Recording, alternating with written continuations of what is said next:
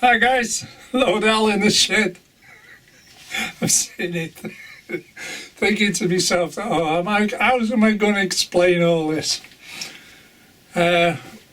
What's kicked me off to do this story is I was watching Jenny Kirk last night. And if you look on there, it's Tuesday, so Monday night, and Craig was there, Iron Horse. And I got late into the conversations, what was going on. I think it was, 20 past 8 by the time I got round to it. And I thought, I'll just pop in, see what's going on, get the gist of things. And my name come up in it, and I thought, hello, Lord Al's been mentioned here. So I pops in and says hi and all that, and then the what do they call it? The text went ballistic, Oh, it's Lord Al, Lord Al. So Jenny Kirk turned to Craig and says, "Who's Lord Al?" "Dragon Junction." "Oh," and she's thinking, you could see her mind ticking over, going, "Lord Al, Dragon Junction. What the hell's all that about?" So, excuse me. It's one of them stories, isn't it? It's been developed over the years. What it is, if Jenny Kirk watches this, or anybody that's a bit behind on what's been happening over the last few years, what it is, my granddaughter bought me a certificate. It's a piece of land up in Cumbria, about 6 square feet, something like that, 5 or 6 square feet. And it makes you a lord of the manor. It's all done through the land registry and all that. And no, it's not a scam. The money actually goes to the land. It takes care of the land. It all goes into a big pot. So it's legit, because my granddaughter checked it all out. Don't worry about it. So now I'm a lord of a plot of land, 5 or 6 square feet, a landlord. So you get a certificate and everything, so I'm now known as Lord Al.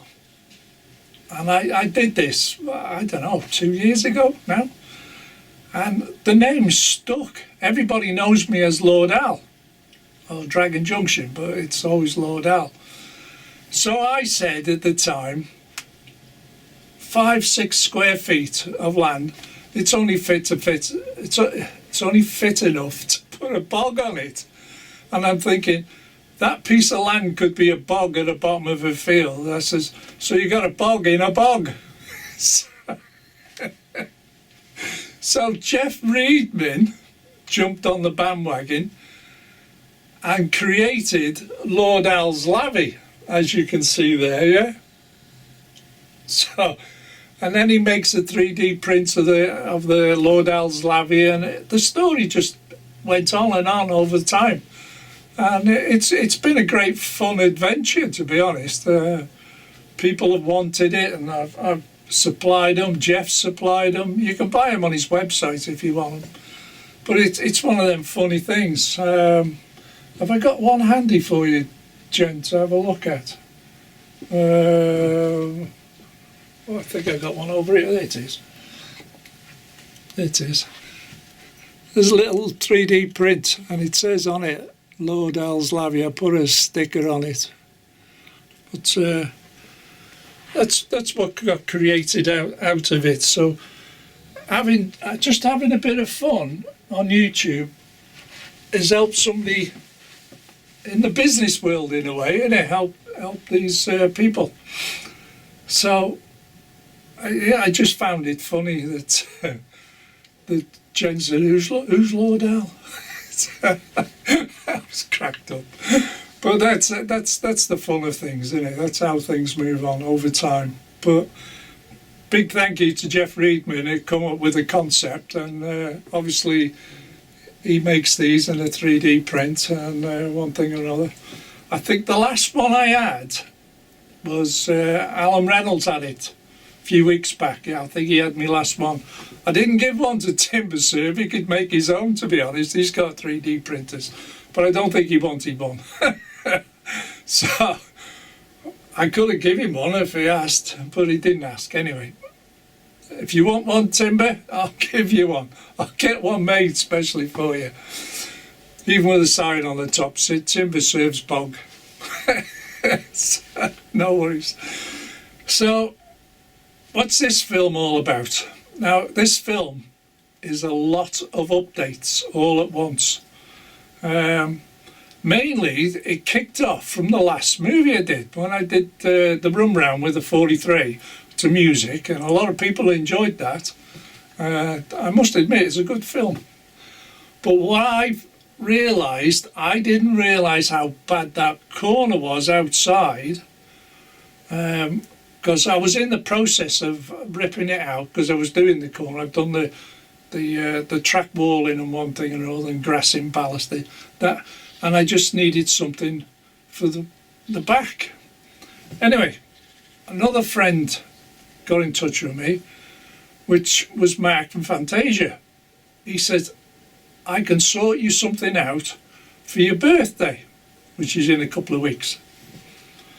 So I said, oh, okay, Mark, I appreciate it, but don't put yourself out, you know. I mean, he said, no, I want to do something for you for your birthday. So he's created some walling, and I've painted it and done it outside, which I'll show you in a few seconds. And Mark created this for me. We were texting each other to and fro and sending pictures and measurements and all sorts, and he's come up with a couple of buildings as well. The buildings are not finished paint-wise. They're in position but not painted. But the walling's in position now. I've done all that. So ever so grateful to Mark for thank you very much for my birthday. Thank you. And he's done a good job, to be honest, because he took all the measurements off me. I drew him up a plan and sent it up to the picture text and all that. Anyway, it went on and on. So that brings me to somebody else now. Now, Charlie Bishop did a tutorial on paint spraying, didn't he? On airbrushing. So I borrowed next door's airbrush, air compressor, big lump of a thing it is. What I never understood was the PSIs you use and how to mix paints. Now, Charlie demonstrated that perfectly. It's down to use 20 PSI, but when you've pushed the button on the spraying kit, on the holder. Now, I've only got a cheap one. Apparently, the more you spend, that's only a cheap one. I think it was about 20 quid, something like that. But it's worked, which I'll show you shortly. But a big thank you to Charlie Bishop, because I know the basics. It was the technical part about it. And he showed me how to strip it down, clean it, how to mix paints. That's the big thing. There is a film on YouTube mixing Tamai paints. There's a slightly different method he uses, a bit more high tech to get his finishes, but it depends on your airbrush, how good your airbrush is. The more you spend on them, the better they are, basically. But for what I wanted, that was ideal, because it's only a brick wall. You know, I'm not painting an aircraft wing in different colours. So that worked out, and you'll see that in a moment. So a big thank you for Charlie Bishop. Big thank you to Mark at Fantasia. I still can't get over Danny sending me that bin lorry. I think it's brilliant. And what else have I got here? I've got a few small items I've updated. Somebody mentioned in the last film, oh, all you need is a buffet car now on that BR Blue. Well, I've got one. No worries. The only buffet bar coach I'm missing, buffet coach, is the GWR, the castle set. but they're like hen's teeth apparently, so it may take a bit longer, but I'll get there. One will turn up somewhere along the line. So without further ado, we'll go outside and I'll show you the brick walling, where I'm up to with it, yeah? Obviously it's only half done yet, so let's go outside and have a look. Now remember, I was working on this section before. This is now, I've taken down all that stuff there. I've taken that off, and that's what I'm left with. So this is the before, and then I'll show you the after of the upgrade. Okay, back in a sec. Well, you've seen the before, and now here's the after. That's partially done, it hasn't completed yet, but this is the overall look we're going for. Alright, got to do some tweaks and finishing now. Okay, so guys, here's the brick walling, and them are the two buildings we were discussing, me and Mark, how to go about it, what to fit in here. There's not a great deal of space there, so it'll become I don't know, I'm not sure where it'll come yet, but if I zoom in you'll see the detail in the brick. Like I said, it's only half done yet, and that's the sort of job. Well, you see that darker piece, where's my finger, darker, that's the glue that on the bottom of there, so it might need a bit of a touch up, but I've got things to put in place yet. But that's the outcome of his 3D printer, and he printed some coping stones as well, which I've done. You can see there the dark greyer edge, but this will last a lifetime now because it's in a 3D print. The trouble with it before was it was all card, wasn't it? It was all Metcalf card, and of course over the years the damp and the winters took its toll and it looked a damn mess. But now I've put these into place. Obviously I only did this yesterday, so it's only just started to go off, so I've got little bits to fill in yet, the detail and one thing and another, and paint them two sheds up. One's a workshop and one's like an open-ended garage with an office on it, so there you go. So thank you very much, Mark, and there you go, halfway there, mate. So there's your details. So that looks far better now. When I do another pan shot around there with the camera with the locos, that should look far better than it did before. Okay, now I'll show you the buffet car. Another quick update, I forgot, I'm trying to fit this in the film. TimberServe gave me some lever frames, and I'll show you now, okay? Here's a couple of items that TimberServe kindly gave me on his visit. Lever frames. They're neat, very neat. Like them. There's one there, and the other one's there, and the other one's on the other side of the layout. There.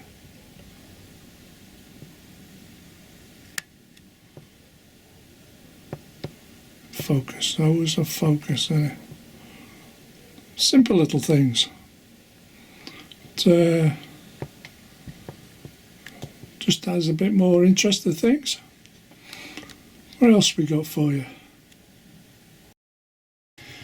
So this is the BR Blue rake here. I've got 3 Airfix first class, and then a buffet, and then there's a couple of second class, and there's a parcel coach on the back. That was the dearest item there, was £18 for that parcel coach. But as for the brake coach, that was only a tenner. I had 2 coaches before which I made into a good one, but that one there, which is the buffet one, I got that, I think that was £18, to be honest. And it's mint, absolutely mint. Not a mark, not a scratch. And that's how it's come. So now I've got a full rake of BR Blue, which I never had before. And I've got the 9F on it at the moment. So I was hoping to do a film with that after all this. And there's one more little update.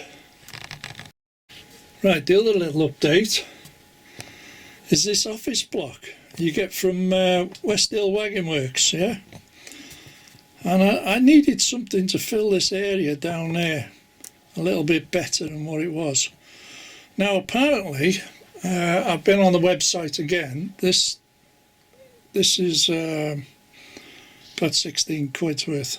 It's cheap, it's quite cheap for what it is. And it's got a gloss finish and what have you. It's simple enough to build. Just read the instructions properly. How do I know that? Ask me later. And then I found this sign there to put on there, which adds something to it, you know. Oh look, push the window in there. Fingers, heavy fingers again. But I put that on there, and it gives it purpose now, that building. But it sort of fits in that area pretty well. Because me and the wife was discussing it this morning about removing some of the brick wall in at the back, which needs upgrading basically. I'm more likely to do it at some point. And then I can always fence it round. See that small fence there? Well, I got some of that left over. I could go round the top. Take 4 panels out. I've got 3 brick walls I could fit into place and put some fencing around it. Well, it's an ongoing thing, isn't it? But basically, there you go. Okay. That's last one. I think that's the last update at the moment. One more. Hang on. Clive from Newland Railway. Sorry about that. Got a paint shaker, yeah, and I didn't know about them, you know. I never realised what they were. So what you do, and it comes with spare straps. You got your little bottle of paint like that, yeah. Just strap it on there like that, and turn it on. It's a bit violent.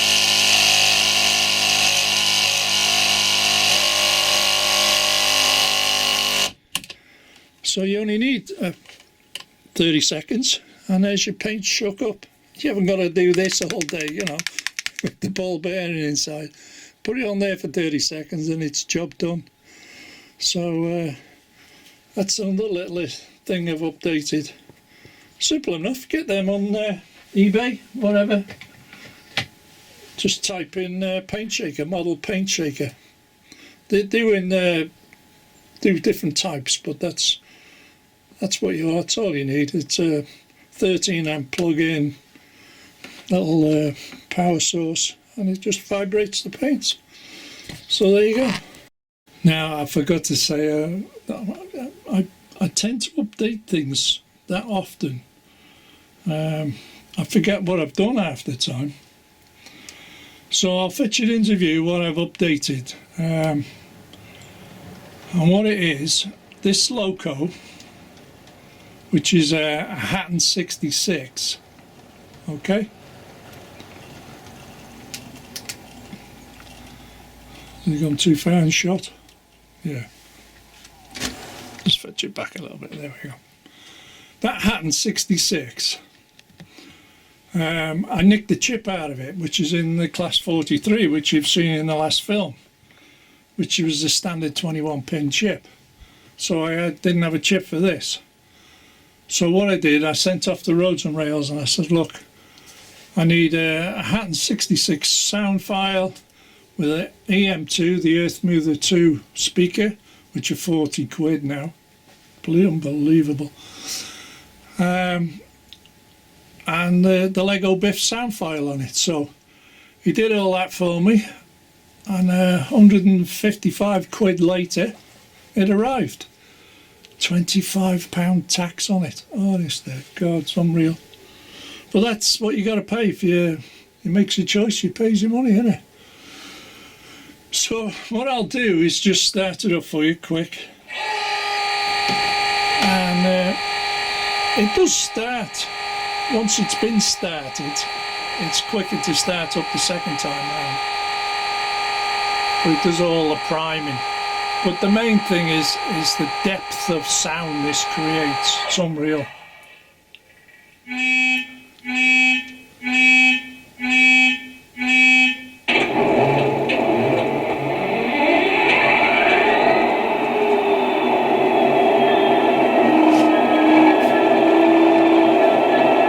So there you go, and listen to the horn.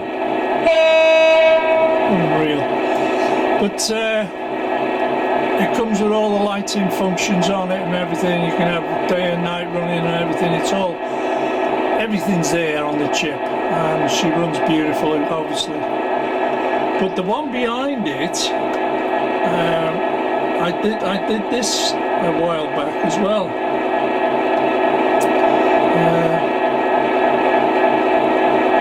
Which is the EWS one. Now, the original file, if I remember, what did I do? Oh, was it ESU, wasn't it? The ESU file, I corrupted it, which has slightly different functions on it than the Lego Biff. So I sent that chip off because I corrupted the file, and Roads and Rails wiped the memory and reloaded it with Lego Biff. And there you'll hear the second one. I find the Lego, it's unbelievable the difference between Lego Biff and an ESU file. But the Lego Biff one is dearer than an ESU one. And I got Timberserve and Alan Reynolds to put the hand on the desk here like this, and you can feel the vibration when she starts.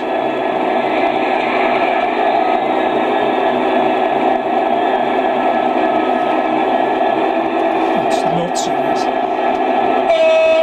So now I've got 266s with Lego Biff files, which are great. So let's shut that down.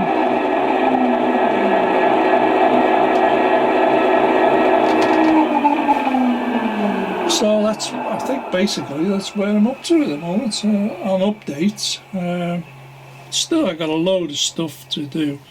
Thinking on, if you want an office block, you go to West Hill Wagon Works and it's on their website. That's what you want, okay?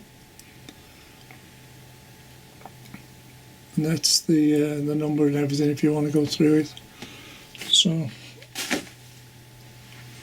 just pan round for you, and there's the office block.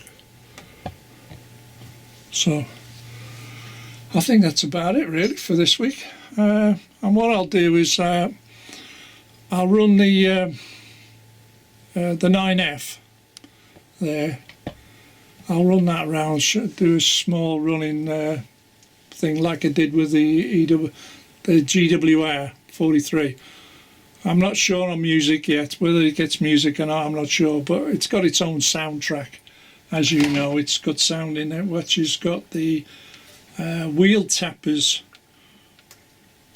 soundtrack in it, with a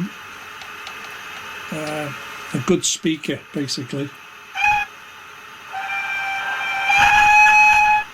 And you can do all sorts on with this. It's got loads in the file.